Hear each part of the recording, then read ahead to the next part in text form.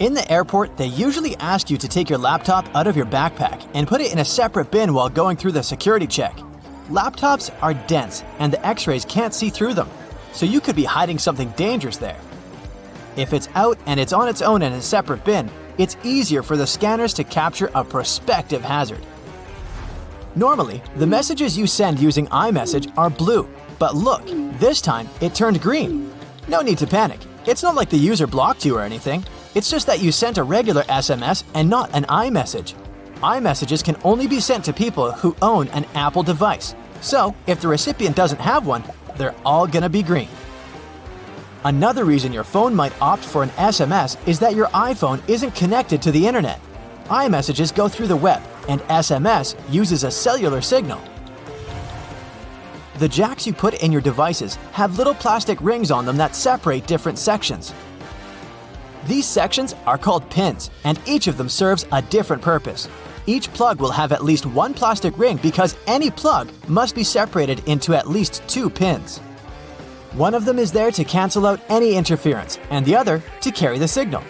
If, for example, your headphones have 1 ring and 2 sections, they have a mono playback. They deliver the same sound to both your right and your left ear. If there are 2 rings and 3 sections, then there is a basic one to cancel out interference and the other 2 for either ear. 3 rings and 4 sections mean that you have a set, 1 basic, 1 for either of the ears, and the last one is the microphone pin. I bet you've never even noticed, but all credit cards, no matter what bank or country they come from, are the exact same size. The first ever credit card was issued in 1958 by the Bank of America. And later, the international standard was established for every issuer around the world to follow. The standard dictates both the proportions and the thickness. Whistles can work perfectly fine even if they don't have that ball inside, yet they all have it. That's because even though there's a sound without the ball, the noise it creates is very flat and not distinguishable enough. When you blow, the ball starts moving around inside, creating different pitches and making the noise more noticeable. Jeans have had those metal rivets ever since they were invented. Jacob Davis, the man who made the first pair of jeans, added copper rivets to those spots where the pants were more likely to rip to make them stronger. Today, they have more of a decorative purpose because they're distinctive and traditional for jeans. A basketball has little dots all over its surface, and they serve as friction points. It's important for that ball not to slip out of the hands. There were times when they played basketball with a soccer ball. The floor was very slippery, and it was impossible to play because you'd have to be very careful just to keep the ball in place. So, they had to redesign it. The more points of contact any object has with some surface, the more friction there is, and the less likely it is to slip on the surface. So, that's how the ball got its dots. Those holes at the end of the handles aren't just there for you to hang your pans easily. You can also place your cooking spoon in there while making a meal. It'll hang right above the pan, and the sauce won't spill around. Make sure to tap off the sauce or food beforehand though, so that it doesn't go down the spoon's handle. You unload the dishwasher, and while everything is dry, your plastic containers get all wet once again. Seems like they never get dry, and that's actually true.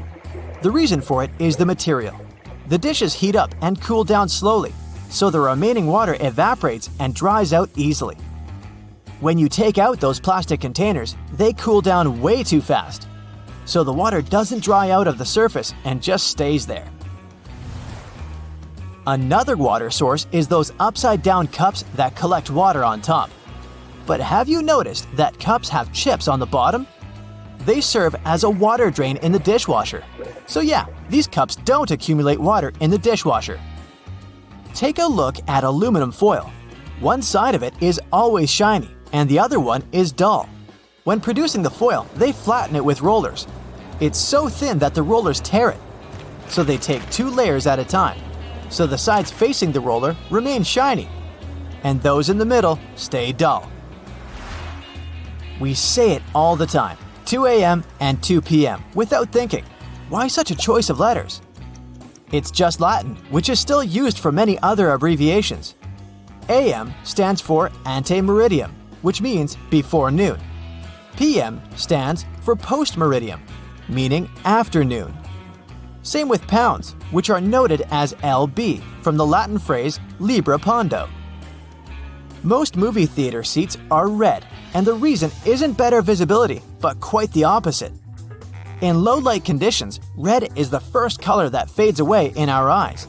And that's what we want in a movie theater, to see nothing but the screen. Also, movie theaters were inspired by fancy Italian opera houses, so that's another reason too. Have you ever wondered why so many Disney characters wear white gloves? Well, back when animated movies were black and white, putting white gloves on characters was a way to make the hands stand out from the rest of the body. Then animation evolved, but the gloves stayed as a Disney tradition. But there are other reasons too. Human hands make animal characters more humanized and relatable. Also, those gloves are way easier to animate, which speeds up the process. Cats often rub their bodies against your legs, but do you know why they do it? This way, they transfer their scent to you, marking you as their territory and as their human. It's also a sign of affection. By doing this, they show that you're part of their inner circle. Wonder why it's so hard to swat a fly? Well, to a fly, we're sloths. That's because they see things in slow motion compared to us. Species have a different perception of speed. The speed we see will be twice as fast for a turtle, and it will be 4 times slower for a fly. Turn a video to 0.25 speed and imagine someone approaching you at this pace. Well, that's how a fly sees you. So yeah, it has enough time to escape. Road signs have different shapes and colors to send different signals to your brain. Oval shapes are more friendly, and squared ones are very familiar and secure, so they're usually regulatory. Triangles reflect instability, so they're usually warning signs. And finally, the stop sign has a special octagon shape, the most unusual and unsettling. It's supposed to draw your attention to it. Together with the red color, this sign stands out the most, just like it's supposed to. Some sidewalks have little plates with bumps on them. We don't pay much attention to them, but they're very important for visually impaired people. They signal a slope that then leads to a crosswalk. Also, there are several patterns that signal different things. Name the school grades: A, B, C, D, and F. No E. But why? The modern grading system dates back to 1897. In the beginning, it was all the letters from A to E. A meant excellent. B was good. C was fair. And D was passed. Below that was an E, or fail, which was often confused with the opposite, excellent. So soon enough, it was changed. F for fail is way more intuitive. Have you ever wondered what these extra holes at the top of your running shoes are for? They're designed so that you can tie the shoes in multiple different ways. That's useful when you want to compensate for things such as a bad stride or even a damaged toe. Plus, you can change the look of your shoes the way you prefer. Many people use a dust jacket of their book as a bookmarker. No problem with that, it will save your book from bent page corners. But the primary purpose of a dust cover is to keep the book safe from distortions. For instance, if you spill juice or drop some of the food on your book while reading it. The Tic Tac dispenser has this little groove on its top, so you can dispense only one Tic Tac at a time. Even though, let's be honest here, nobody does that. Most of us just spill a whole bunch at once, and then we wiggle all those extra Tic Tacs back in. Those rubber bumps you see between the tire treads are there for your safety. The raised edges tell you what the minimum height of your tread is. If the bump and the edges are even, it's time for you to visit the tire shop as soon as possible. But if the bumps are well beneath the level of the edges, you're good to go. What about that black grating on the microwave window? It's something called a Faraday shield. And it's there to prevent microwaves from getting away and turning the entire room into a Faraday cage. If the microwaves escape, your meal won't cook properly either. So yep, the cage is not there to make it difficult for you to see your meal while it's cooking. It's keeping the electromagnetic energy inside. How about a wrench-compatible screwdriver? Cover your screwdriver with the end of your wrench and you can increase its torque. That's why the head of your screwdriver is designed the way it is. When you have odd angles, you can use this strategy. You've probably heard those myths, the blue side of the eraser can erase the pen? False. Its purpose is to erase a pencil, but in case you're writing something on heavier paper. The blue side can remove smudges you see after using the pink eraser too. Have you ever wondered why oranges in supermarkets mostly come in the red mesh bag? It's a trick to make this food look more orange and encourage you to make a purchase.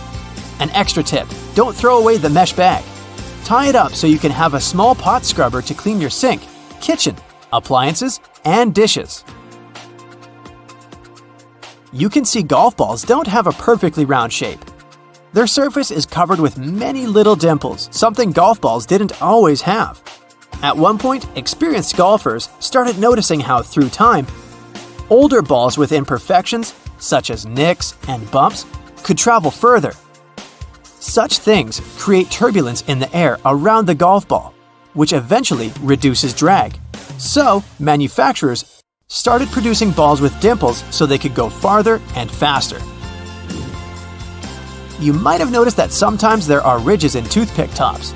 It's more hygienic because when you break that off, you can prop the toothpick up on it, and it won't touch anything. Another safety feature you'll find, this time in your car, is a tab on your rearview mirror.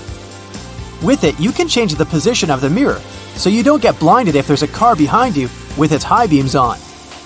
So this little tab helps you control the glare of lights coming from behind.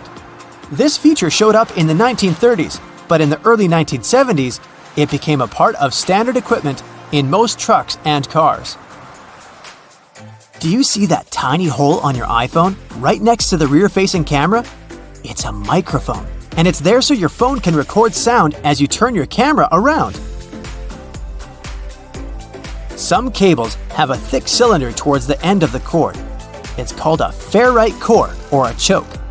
It's a magnetic iron oxide that stops high-frequency electromagnetic interference. For example, you know that annoying static noise you get if you bring your phone too close to a speaker? This interrupts your call, which is why cable cords with big cylinders are pretty useful because they prevent these things. Do you know why nearly all luggage bags and backpacks have two zippers? It's way more convenient and easier to open in that way. But not just that. You can also lock these two zippers together to keep the stuff inside your bags safer. You know how toilets at public spots like malls have those big gaps at the bottom? It's primarily for better circulation of air. This type of door also makes it easier to clean the toilet or check if it's occupied if you're standing in line. Other than that, if you get stuck there and the lock gets broken, you still have a way to escape. You can just crawl out. Ever notice those plastic end caps on utility knives? And they also have scales on them, which indicates you may use them multiple times but with sharp edges. You can separate the blades through these plastic end caps. Then, you can move the slider and bring the sharp blade to the front. If you've ever taken a moment to examine a regular grocery cart, especially their fold-out section, you probably noticed those metal loops jutting out. They're designed to protect the items you carry in your cart. You can use them to hang bags with soft items. You don't want to accidentally squish with heavier products, like bread, or easily breakable things like eggs. Many coffee mugs come with curved notches on their bottom. When you're washing your mugs, put them against the rack at an angle in your dishwasher. This way, the water won't pool in there, so your favorite cup will be completely dry by the time you take it out of the dishwasher. If you're a McFlurry fan, you've probably noticed there's a square hole in the handle of the spoon. It's there so you can attach it to the special machine that mixes the ice cream and your favorite toppings together. The machine has a bar that slips into this square-shaped spoon and then thoroughly stirs it. And you get the spoon so they can minimize the mess during the process. Quite neat, wouldn't you say? A regular milk jug has a dent on one side. Some might see it as a random design decision, but a dent has several purposes. One of them is to get bigger if there's a gas buildup. This happens when your milk is spoiled. So you don't even have to try to check this out. Also, the dent is there so the jug doesn't burst if you accidentally drop it. The dent allows the expansion space that deals with the sudden pressure that happens when you drop the jug. Dental floss. Sure, it's important for your dental health, and it's easy to assume what you do with it. But dental floss is great in the kitchen as well, because it's a very precise cake slicer, way better than a regular knife. Most kitchen shears have a serrated opening right there at the center where the blades and handles meet. It's something you can use to trim difficult herbs such as rosemary, thyme, or chives.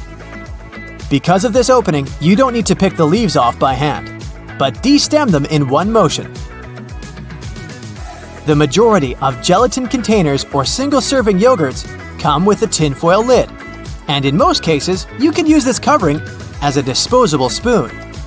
Just peel away the covering, and after a couple of simple folds, you'll have a perfect little spoon for your midday snack. How many hidden features are there in your car that you have never heard of? Most cars these days have everything color-coded under their hoods. It makes it way easier to know what you need to supervise between services, like the dipstick, the oil cap, or the coolant. You can even have a look at the brake and washer fluid. Anything else that's black or gray, just leave it to the mechanics. Ever seen a snowflake light on the dashboard of your car? It's not there to let you know the winter holidays are coming if that's what you're thinking. It's actually a sensor that indicates the exterior ambient temperature. It gets activated and pops up the light whenever there's a road warning due to a sharp drop in temperature. It may sometimes even come on with an audio warning or a message on your dashboard to warn you that the roads may be getting icy, so you can either adapt the speed or change to the appropriate tires if necessary. Most cars come with added features for the summertime too, like those neat sun visors.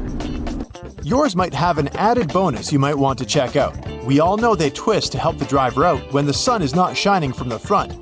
But some of them can also extend, so they can provide shade to a larger area. If you figure out your sun visor doesn't extend, there's a simple solution though. Buy a sun visor extender. You can even find them online. They work by being attached to your existing sun visors or windows for better shade coverage and visibility. Let's find some hidden features at home. It's not rocket science, but there is a wrong way to make ice in the freezer, and that's because you're probably not using the ice cube tray correctly. They come with that particular shape because you need to fill the trays until there's a layer of water on the top. This layer will help remove the cubes faster from the tray because it will crack when twisted and leave each cube poking out. You can then grab them in no time and enjoy your drink. If you find that the heat on your oven is too high or you need to cook some delicate dishes that require more control over the temperature, there's an easy way to adjust that. The knobs on your oven should come with calibration screws on their backs. Pop out the plastic knob and adjust it to your preferences. Be sure to disconnect the oven from any energy source before doing it. Do you know what your stove and your car have in common? They both have hoods that you can open if you need to have a peek, or if they need some cleaning. If you look closely at the top of your kitchen stove, you will see two hinges located on the back corners. You'll be able to easily lift it up and clean out all the grime that's been stuck in there. Ever wondered why glue doesn't stick to the inside of the bottle? The answer is a bit more complex, depending on the type of glue. But the simple response is, well, it doesn't have any air in there. PVA glue contains some molecules called polymers and water. When the glue is out, the water evaporates, leaving just the sticky polymers behind. Things are more or less the other way around with superglue. It has a chemical that solidifies as soon as it hits water vapors in the air. Did you know Microsoft Word has a feature that you can use for references and a bibliography? It's not only helpful for keeping track of everything, but it also automatically formats all the information accordingly. If you like to surround yourself with as many houseplants as possible, here's an easy way to figure out if they need watering. Stick your fingers into its soil. It should give you a better idea than simply looking at the plant's surface. If you can reach 2 to 3 inches into the soil and feel it's dry, the plant most likely needs some hydration. However, this trick does tend to work better with smaller potted plants because of the limited depth. In any case, it's always best to research the plant's needs in terms of watering and sunlight before committing to a plant. And always be careful not to damage its roots. Be honest, you indeed have clothes you wear all the time and some that just sit there in the back of your closet that you've most likely forgotten about. Here's a neat way to figure out which one is which. For starters, you'll need to turn all of your hangers backwards. If you really feel like putting more effort into this project, you can wrap some pieces of electrical tape on the hangers and write the start date on each. After that, everything is pretty self-explanatory. Each time you wear a particular item, turn the hanger around, making it face forward. After 6 months or a year, all those items that have yet to be turned around should go to donations or yard sales. Another great way to use hangers to help you with your wardrobe organization is to use them for your scarves. They will be wrinkle-free, but you can also see them a lot better and have a clear view of the scarves you actually use and those you should let go of. If you're looking to increase the storage space in your wardrobe, especially when the season changes, go pick yourself up some vacuum-packed storage bags. After that, you just need to fold your garments or other pieces of laundry, like bedding or blankets for example, and place them in the bags. Turn on your vacuum cleaner, place the nozzle on the bag seal, and remove all the extra air from the bag. It helps with reducing the storage size of clothes and keeps the clothes clean, dry, and moth-free. Should you have an empty basket lying around and you aren't sure if you want to recycle it just yet, you can always repurpose it as a cool lamp. Wicker baskets work best for this. Just cut a small hole in the bottom of the basket and place a pendant light kit there. You can even paint it manually, or spray paint if you need it to be in a particular color. Another way to neatly repurpose things around the house is to use leftover cookie jars to store dryer balls, but the sky's the limit here. You can also use dryer sheets to remove dust from screens around your house, like computers, laptops, or TVs. These items are electrically charged, so they generally attract a lot of dust particles. Dryer sheets are made to reduce static cling, so they won't only remove the dust but also help keep it at bay for a longer period of time. Dryer sheets also help out if you're having a bad hair day, believe it or not. They can seriously help out taming flyaways whenever your frizz just gets out of control. Run one of those dryer sheets from the roots of your hair all the way down to the tip, and be amazed. If there's a particular type of soap bar you like the smell of and want to replicate that on your clothes too, pick up one of those bars to make a day's clothes fresher. Place it in a fabric and place it anywhere between your clothes. Your shirts should smell awesome every time you pick them up. You can also save on fabric softener. I don't know about your washing machine, but mine does love to jump, I'll tell you that. If yours tends to run out of its designated place, especially during those intense spinning cycles, it happens because it's not perfectly fixed to the floor. The good thing is that most modern washing machines can self-level since they come with a pair of legs. Just lift the back of the device off the surface area it sits on, and it will drop them, locking them into place once it's perfectly leveled.